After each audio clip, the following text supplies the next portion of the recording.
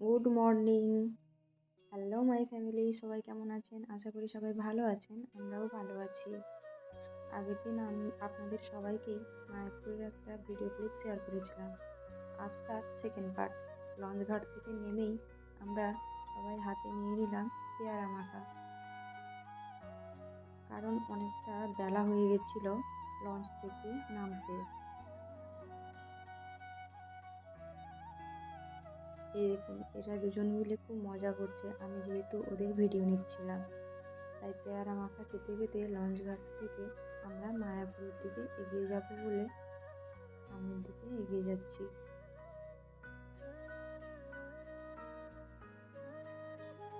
খুবই ভয় লাগছিল বাঁশের এই ভেলা দিয়ে যেতে যেতে।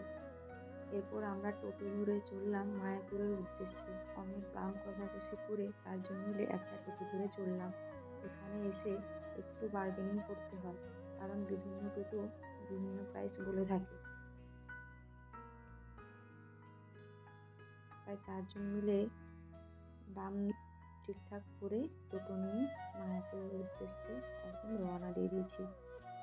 চারিদিকে ওয়েদারটা এতটাই খারাপ যে আপনাদেরকে ঠিকঠাক করে দেখাতেও পারছি না যে এখানকার পরিবেশটা কতটা সুন্দর। অ্যাকচুয়ালি মায়াপুর যেতে গেলে আপনাকে হাওড়া স্টেশন থেকে সকালে পরপর যে দুটো ট্রেন থাকে, একটা এক্সপ্রেস এবং একটা লোকাল ট্রেন, ওই দুটো ট্রেন ধরলেই আপনারা খুব সহজেই ঠিক টাইমেই পৌঁছাতে পারবেন এই মায়াপুরে।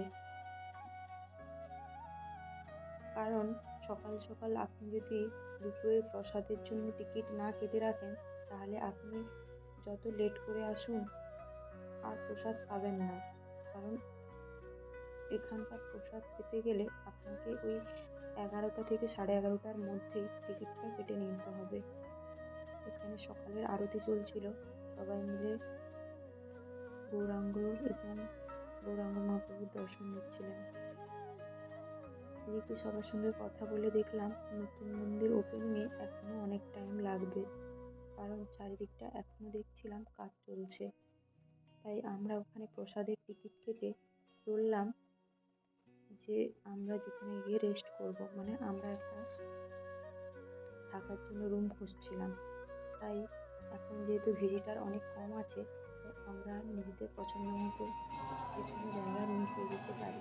এখানে এসে দেখলাম যে ট্রেন চলছে, সবাই মিলে কীর্তন করছেন, তাই একটু এখানে দাঁড়িয়ে গিয়ে তারপর আবার সামনের দিকে আমরা এগিয়ে গেলাম আমাদের থাকার জন্য ব্যবস্থা করতে।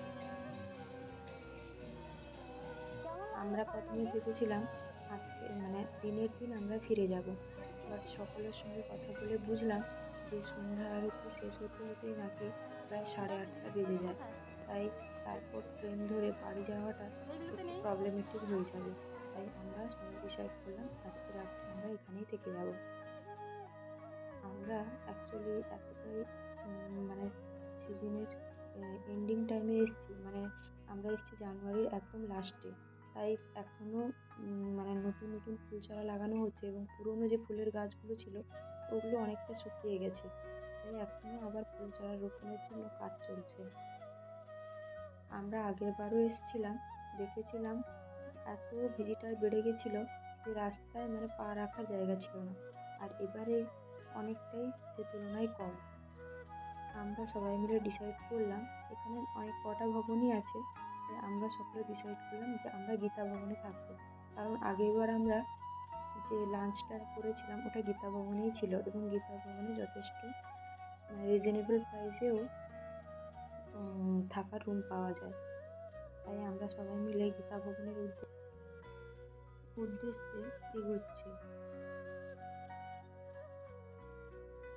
সবাইকে আশেপাশে জিজ্ঞেস করে দেখলাম এখানে কিসের যেন একটা প্যান্ডেল চলছে, ঠিকঠাক কেউ বলতে পারছিলেন না। তাই এখানকার একজন প্রভুজিকেই জিজ্ঞেস করে ফেললাম যে এটা কিসের প্যান্ডেল চলছে। তো ওনারা বললেন দোলযাত্রার জন্য এখন থেকেই আমরা প্যান্ডেলের জন্য প্রস্তুতি নিচ্ছি।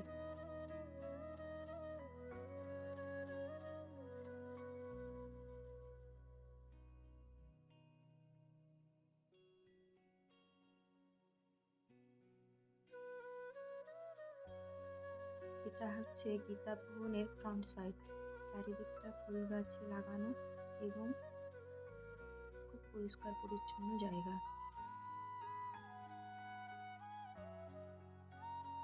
এই দেখুন সব প্রভুজিরা বসে নাম জপছেন। এখানে ওয়ার্কাররা সবাই মিলে ওই ফুল গাছগুলোকে সব যত্নআত্তি করছেন। সত্যি মায়াপুরে এমন একটা স্থান যে যতবারই আসুক কেউ বলবে না যে আমাদের ভালো লাগে না, বারবার যাবো না, ওই জিনিসটা হয় না। এটা এমন একটা জিনিস যে যতবারই আসুক তার ভালোই লাগবে। বিশেষ করে এখানকার প্রসাদ সেবনটা সত্যিই খুব ভালো।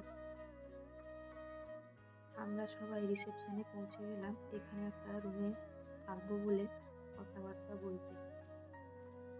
তো ওরা সবাই মিলে গিয়ে কথা বলছিল, তাই ওরা বললো যে আমাদেরকে একটু পেছনের দিকে বসার জায়গা আছে, এখানে রেস্ট করতে।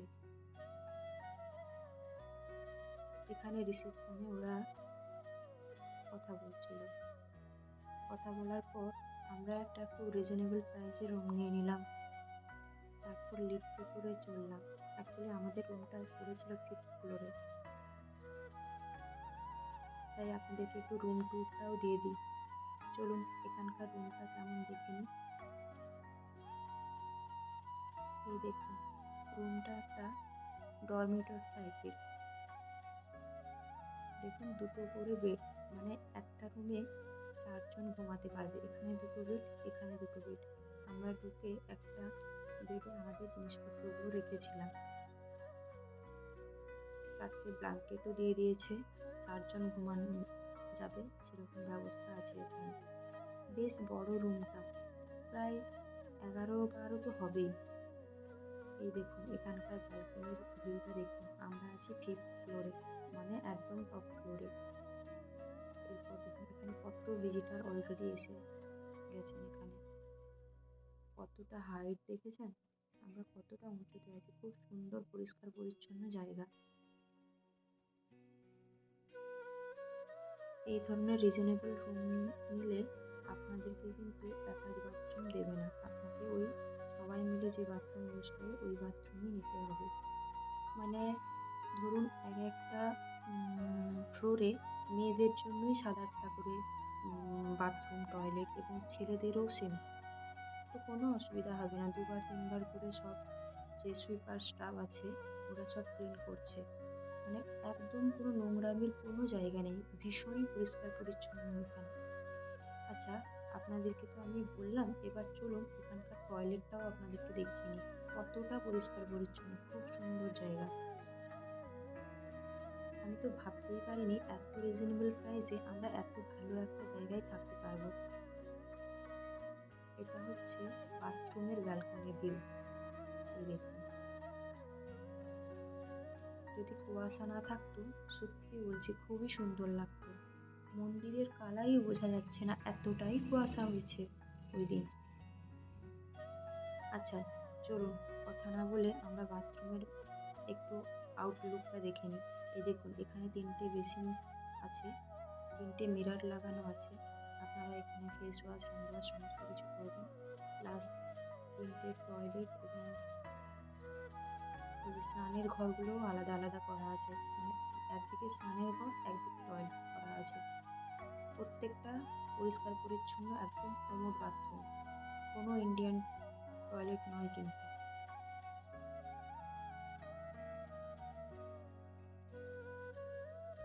এরপর আমরা চলে গেলাম লাঞ্চের উদ্দেশ্যে। আজকের লাঞ্চে ছিল খিচুড়ি, বেগুনি, মিক্সড ভেজ, ডাল, আর সঙ্গে একটা করে রুটিও দিচ্ছিল। আর শেষ পাতে অন্নভোগও ছিল, যেটা আপনাদেরকে দেখাতে পারিনি। আশা করি ব্লগটা আপনাদের ভালো লাগবে। সবাই ভালো থাকবেন।